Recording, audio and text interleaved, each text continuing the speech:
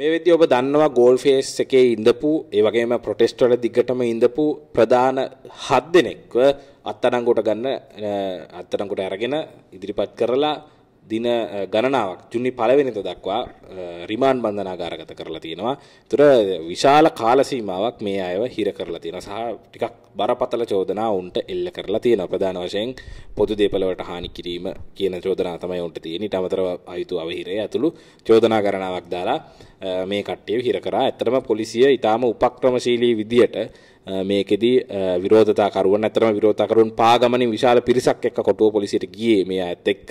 ඒ වගේම පොලිසිය ඊටාම කපටි විදියට වැරදි විදියට අධිකරණය නමත් මේකෙදී අවභාවිතා කරලා තිබුණා මේ අයට අත්අඩංගුවට ගැනීම. ඒ වගේම මේ අත්අඩංගුවට ගැනීම පිළිබඳව ප්‍රධාන කරුණු කිහිපයක් වගේම අද අපි කතා කරන දවසේ 22 වෙනිදා අපි රාත්‍රියේ මේක පටිගත කරන වෙලාව වෙද්දී 22 වෙනිදා ගෝඨගෝගමට සහ මයිනගෝගමට පහර දුන්න සිදුවීම මේ 9 සිදුවීමේ නඩුවත් විභාග වුණා. ඒකෙදිත් ඊටාම විශේෂ කාරණා කිහිපයක් ප්‍රකාශයටපත් වුණා. අපි ඒව ගැන මේ වීඩියෝ එකේදී කතා කරනවා. මුලින්ම අපි මම හිතන්නේ මේ 7 දෙනා අත්අඩංගුවට ගැනීමට අදාළව. ඒ කියන්නේ මීට අමතරව හාමුදුරුවෝ දෙන්නෙක් හාමුදුරුවෝ සහ මේ වසන්ත මුදලිගේ ගල්වැවි සිරිධම්ම හිමි සහ වසන්ත මුදලිගේ කියන දෙන්නගේ නමුත් මෙතන තිබුණා. ඔවුන් අධිකරණයට බාර දුන්නේ නැහැ. ඔවුන්ට තව නඩුවකුත් තිබුණා කඩුවෙල මහේස්ත්‍රාත් අධිකරණේ. ඒතකොට ඒ නඩුවට අදාළව මේක ඇවිල්ලා බත්තරමුල ඉසුරුපාය ගොඩනැගිල්ල ගේට්ටුවට හානි කිරීම ඇතුළුව එතනක් තියෙන පොදු දේපල ඇතුළු චෝදනා ගණනාවක් ඒකෙදී 11 දෙනෙක්ව නම් කරලා තියෙනවා. එතකොට මේ ගල්වැවි සිරිධම්ම හිමි සහ වසන්ත මුදලිගේ කියන දෙන්න මේ දෙකටම ඉසුරුපායයි අර කියන ජුනි 9 වෙනිදා පොලිස් මූලස්ථානය ළඟයි මේ දෙකටම නම් කරලා තිබුණා. ඒ සිදුවීමුත් තියෙනවා. එතකොට මේ වෙද්දි විශාල පිරිසක්. එතකොට මේ කියන ඉසුරුපාය ගේට්ටුවේ සිදුවීමේදී ඇත්තටම විශ්වවිද්‍යාල කිහිපයකම මහා විශේෂ සංගම් වල හිටපු සභාපතිවරු රුහුණ කැලණිය ජපුර ඇතුළු මහා විශේෂ සංගම් ගණනාවක හිටපු සභාපතිවරුන්වත් ඉදිරියේදී අත්අඩංගුවට ගැනීමට ඉඩ තියෙනවා. ඔවුන්ට අදාළව චෝදනා ඉදිරිපත් කරලා තියෙනවා. ඔව් මේ සිදුවීම ගැන ගත්තොත් එහෙම මතක ඇති අපි මීට කලිනුත් කියලා තියෙනවා 2022 6 වෙනි මාසේ 17 වෙනිදා පැය 21:40 රෑ 9:40ට හදිස්සියේ පොලිස් මාධ්‍ය ප්‍රකාශක නිවේදනයක් දානවා. ඒ නිවේදනයේ තියෙන්නේ විරෝධතා සිදු කරමින් කලහකාරී හා ප්‍රචණ්ඩකාරී ලෙස හැසිරුණු පුද්ගලයන් සැකකරුවන් ලෙස නම් කිරීම හා ඒ පිළිබඳ අධිකරණයට කරුණු වාර්තා කිරීම කියලා. ඒකෙදි මේ ගෝල් ෆේස් සිදුවීම සහ ගෝල් ෆේස් සිදුවීමට මාසයක් පිරීම නිමිත්තෙන් තිබ්බ උද්ඝෝෂණය සම්බන්ධයෙන් සහ බත්තරමුල තිබ්බ උද්ඝෝෂණය සම්බන්ධයෙන් මාධ්‍ය නිවේදනය දාලා තියෙනවා. ඒකෙදි වුන් සැකකරුවෝ 9 දෙනෙක් නම් කරලා තියෙනවා. ඒ 9 දෙනා නම් කරලා අන්තිමට යටින් මෙහෙම ලියලා තියෙනවා. කොටුවකරු මහේස්ත්‍රාත් අධිකරණය මගින් සැකකරුවන් අත්අඩංගුවටගෙන අධිකරණයට අත්අඩංගුවටගෙන ඉදිරිපත් කිරීමට නියෝග කර ඇති අතර කඩුවෙලුගරු මහේස්ත්‍රාත් අධිකරණයේ නඩුව 2022 7/5 දින නැවත කැදීමට නියමිතයි කියලා. මේක දින කොටුව මහේස්ත්‍රාත්වරයා මොවුන් අත්අඩංගුවටගෙන ඉදිරිපත් කරන්න නියෝග කළා කියලා. තරිඳු දැන් මේ නඩුවට කලින් නඩුවක් තිබ්බා මතක ඇති මේ 21 දෙනෙක්ව ගත්තා ජනාධිපති ලේකම් කාර්යාලයේ දොරටුව අවහිර කළා කියලා. ඒක ඒ නඩුව මට මතක විදිහට පෙරේදා තිබ්බේ. ඒ නඩුවට අපි උසාවියට ගිහින් ඉඳි එකපාරටම නඩුවක් ගත්තා. ඒ තමයි මේ නඩුවත්. ඒ කියන්නේ මේ 7 දෙනා ඉන්න නඩුව. එතකොට මේකෙදි දාර්නිෂ් අලි කියන කෙනාව අර 21 දෙනා අතරින් අත්අඩංගුවට අරගෙන මේ සිද්ධියටත් දැම්මා. දාලා ඉල්ලීමක් කළා. ඔහුව හඳුනා ගැනීමේ පෙරට්ටුවකට ඉදිරිපත් කරන්න රිමාන්ඩ් කරන්න සහ ඔහු කොහොමද රිමාන්ඩ් කරන්න ඉල්ලීමක් කළා.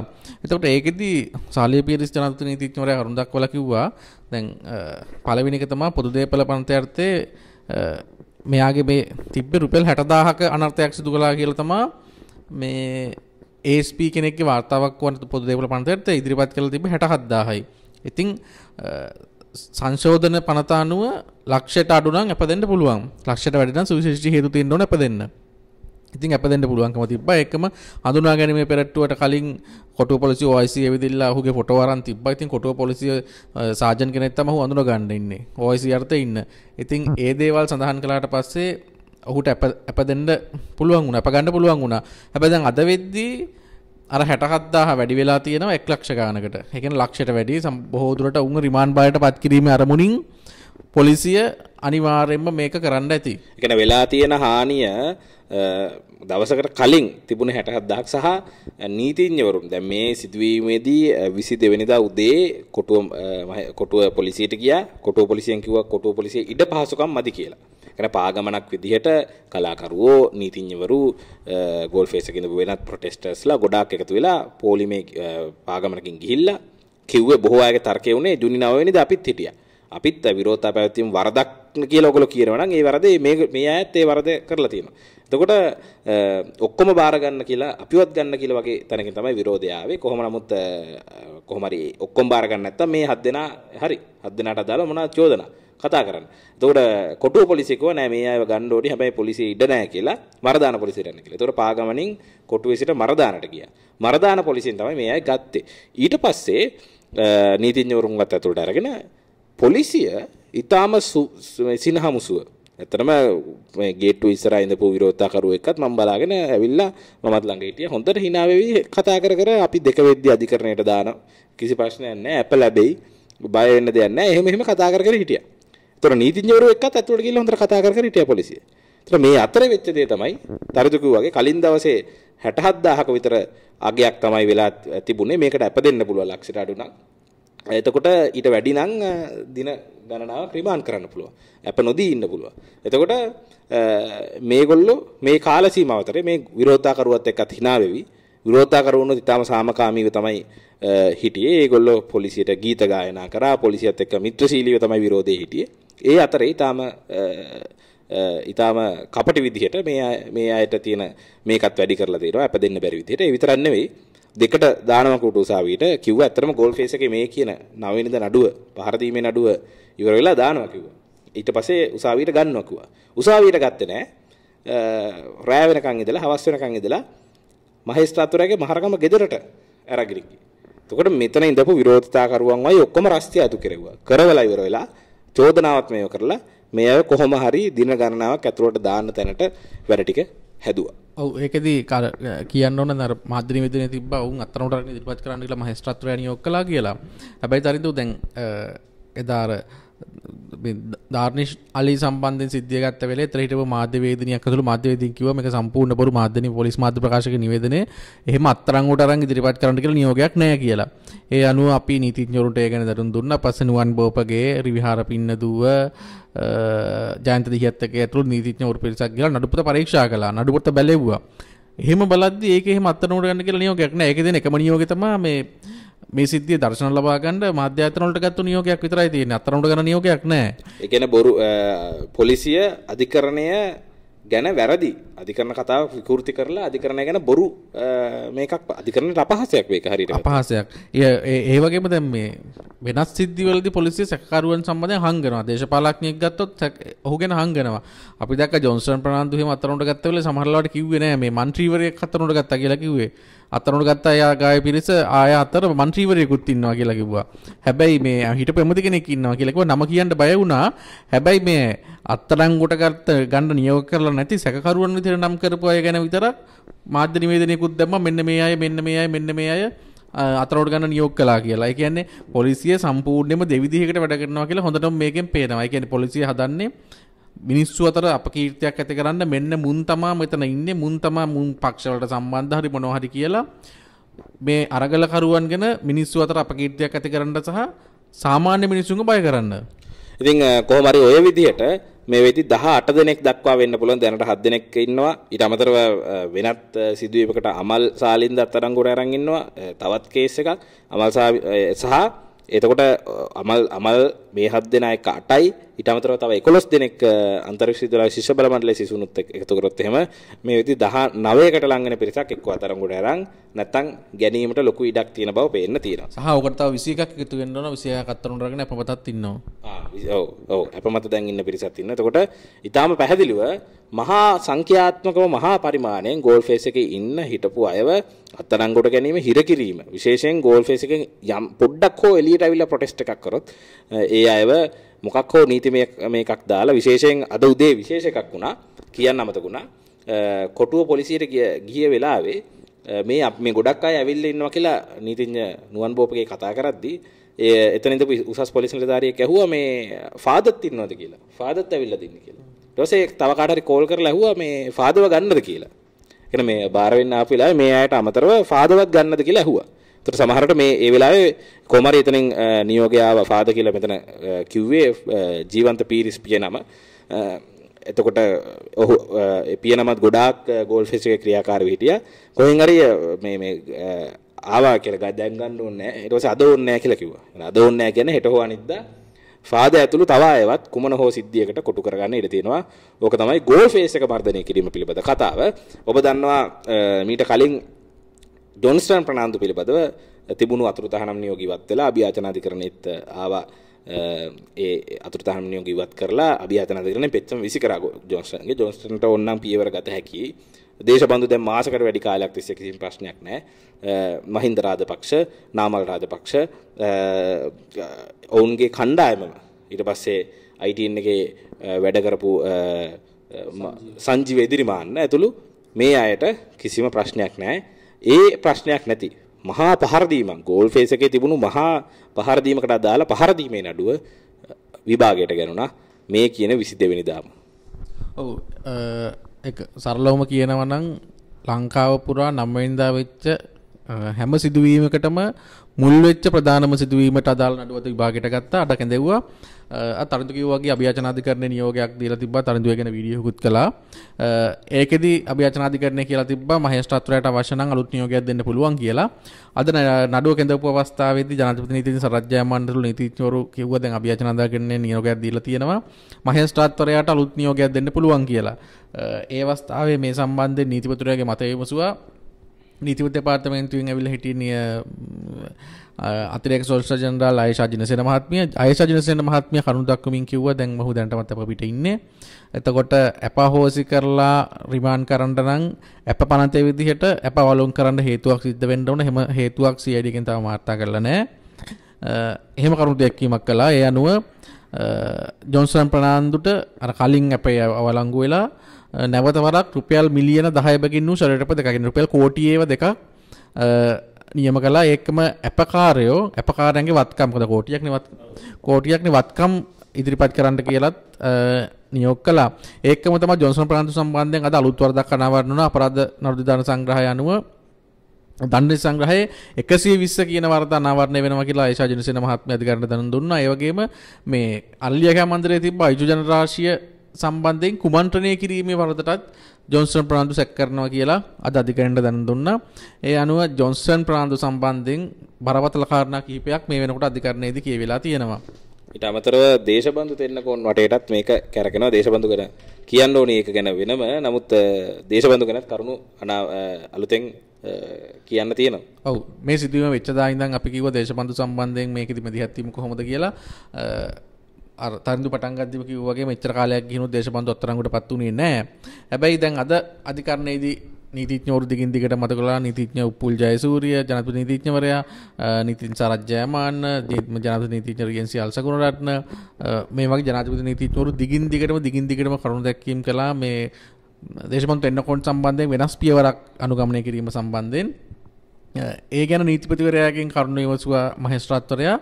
නීතිපතිවරයා වෙනුවෙන් හිටපු ආයෂා ජිනසේන මහත්මිය කිව්වා ජෝන්ස් මේ කවුද දේශබන්දු එන්නකොන් සම්බන්ධයෙන් මීට කලින් නීතිපති දෙපාර්තමේන්තුව නිර්දේශ දීලා තිනවා. අදත් නිර්දේශ කිහිපයක් දීලා තියෙනවා. ඒ තමයි මැයි 9 වෙනිදා වෙච්ච සමස්ත සිද්ධිය අධ්‍යයනය කරලා මේ සමස්ත සිද්ධියටම කියන්නේ ගෝඨාගෝගමට සහ මයිනාගෝගමට ගෝඨාගෝගමට සහ මයිනාගෝගමට පහර දීමේ සමස්ත සිදුවීම සම්බන්ධයෙන්ම දේශබන්දු දෙන්නකොන් වග කියන්න ඕන කියලා. එහෙම වග කියන්න ඕන කියලා අද කියලත් එතන ඇයි අත්තරංගුවට නොගන්නේ කියලා නීතිඥවරු විමසද්දී මහේස්ත්‍රාත්වරයා එක CID එකෙන් විමසුවා. CID එක නියෝජනය කරලා ආපු නිලධාරියා කිව්වා නෑ එයා විතරක් නෙමෙයි ඉතින් තව නිලධාරීනුත් එතන හිටියනේ. එතකොට ඒගොල්ලොත් වගේ කියන්න ඕනනේ. ඔය වගේ බයිලා ගහන්න ගත්තා. මහේස්ත්‍රාත්වරයා ඒ වෙලාවේ නියෝගයක් කළා පොලිස්පතිවරයාට මේ අපරාධ පරීක්ෂණ දෙපාර්තමේන්තුවේ මේ නිලධාරියගේ අපි නම කියමු සහකාර පොලිස් අධිකාරී චානක සිල්වා පක්ෂපාතීව කරුණු දක්වනවා කියලා කටයුතු කරනවා කියලා පැහැදිලිවම අධිකරණය නිගමනය කරනවා. ඒ නිසා ඔහු සම්බන්ධයෙන් අවශ්‍ය ක්‍රියාමාර්ග ගන්න කියලා මහේස්ත්‍රාත්වරයා නියෝගයක් කළා. ඒ වගේම මේ මීට කලින් මේ නඩුවේදී මේ නඩුවේ විශේෂත්වය සලකලා දේශපාලන සම්බන්ධයෙන් අපරාධ පරීක්ෂණ දෙපාර්තමේන්තුව පක්ෂපාතීව කටයුතු කරන එක ගැන සලකලා මේක අධීක්ෂණය කරන්න කියලා පොලිස්පතිවරයාට කිව්වා නිලධාරියෙක් පත් කරන්න කියලා. පොලිස්පතිවරයා විවෘත අධිකරණයේදී ජ්‍යෙෂ්ඨ නියෝජ්‍ය පොලිස්පති කමල් සිල්වා පත් කරනවා කියලා දැනුම් දුන්නා. ඒ අනුව කමල් සිල්වාද උසාවියට ඇවිල්ලා හිටියා. කමල් සිල්වාගෙන් ඇහුවා ඔබතුමා මොකද්ද මේක ගැන කියන්නේ කියලා. එතකොට කමල් සිල්වා කලින් ඒ දවස්වල තිබ්බ සාක්ෂි අනුව දේශපාලන දෙන්නකෝන්ට අපරාධ නඩු දාන්න දඬු සංග්‍රහය 214 යටතේ කටයුතු කරන්න කියලා මේ පුළුවන් කියලා දැනුම් දීලා තිබ්බා. හැබැයි දැන් අනාවරණය වෙන සාක්ෂි අනුව වෙනත් වරදවලුත් තියෙනවා කියලා ඔහු කිව්වා. ඒ අනුව මහේස්ත්‍රාත්වරයා නියෝගයක් කළා ඊළඟ නඩු දිනේ වෙද්දී මේ නීතිපතිවරයාගේ නිර්දේශය ක්‍රියාත්මක කරන්න කියලා. ඒ අනුව හරිනම් නීතියේ විදිහට දැන් ඊළඟට තියෙන දේශපාලන දෙන්නකොට අත්තරොන්ට අරගෙන අධිකරණයට ඉදිරිපත් කරන්න විතරයි. එතකොට දේශපාලන දෙන්නකොට දැන් CID එක පක්ෂපාතී බව මේකෙදි එන එකක්. දේශබන්දුට මේක කොටු වෙන එකත් අනිත් එක තමයි. දේශබන්දු වගේ නිලධාරීන් තේරුම් ගන්න ඕනේ දැන් බොහෝ විට මේක අවසාන වෙද්දී ජොන්ස්ටන් වගේ කෙනෙක්ට මොන වගේ පියවර ගනිවේද කියන එක විශ්වාස නැහැ. අපි මේක අධිකරණ විශ්වාස නැහැ කියන එකම නෙවෙයි. නමුත් මේ වගේ ස්වභාවය අපි දන්නවා. මහින්ද රාජපක්ෂට විරුද්ධව කිසිම තවමත් මේ නඩුව තුල පේන්න නැහැ. මහින්දට විරුද්ධව කුමන හෝ කටයුත්තක් සිද්ධ වෙනවද කියලා. එතකොට අන්තිමේදී බොහෝ විට දේශබන්දු මේකෙදි දඬුවම් ලබන්න සැලකිය යුතු ඉඩක් තියෙනවා. මේකේ දැනටමත් ඔහු වටේට මේක කැරකෙනවා. ඉතින් ඒ වගේම තරුණ තව විශේෂයෙන් කියන්න ඕන අපි මීට කලින් අපි දෙන්නම වීඩියෝ එකක් කරලා දේශපාලන සම්බන්ධයෙන් අනාවරණයන් කීපයක් කළා. එකක් තමයි මැයි 7 වෙනිදා ඒ කියන්නේ මේ ගෝඨගෝගමට සහ මයිනගෝගමට පහර දෙන්න දවස් දෙකකට කලින් Zoom මීටින් එකක් තිබිලා මේ මිනිස්සුන්ට මේන කට්ටියට පහර දෙන්න එපා කියන මේගොල්ලෝම කැරලි මර්ධනය යොදවලා කඳුළු ගෑස් සොතට ගහන්න එපා කියලා මෙයා කිව්වා කියලා අපි අනාවරණය කළා. අද අධිකරණයේදී ඒක තහවුරු වුණා. නීතිපති දෙපාර්තමේන්තුවෙන් කිව්වා චම්පික සිරිවර්ධන කියන නියෝජ්‍ය පොලිස්පතිවරයා ප්‍රකාශයක් ලබා දීලා සාක්ෂි ලබා දීලා තියෙනවා කියලා.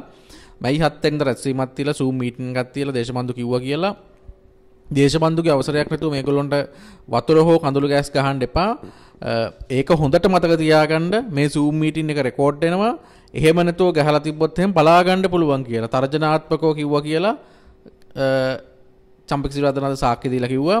ඒ වගේම දැන් අධිකරණයේ තම අනාවරණය නොවිච්ච එකක් තමයි මේ මහේස්ත්‍රාත්වරයා දේශපාලන සම්බන්ධයෙන් විමසද්දී මහේස්ත්‍රාත් දේශපාලන නිවැරදි කියලා ඇයි කිව්වේ නැත්තේ කියලා අපරාධ පරීක්ෂණ දෙපාර්තමේන්තුවේ අධ්‍යක්ෂවරයාට කෝල් කරලා දේශපාලන තර්ජනය කරලා තිබ්බා. ඒ සම්බන්ධයෙන් මේ වෙනකන් තවම හැබැයි අපරාධ පරීක්ෂණ දෙපාර්තමේන්තුව විමර්ශනය කරලා නැහැ.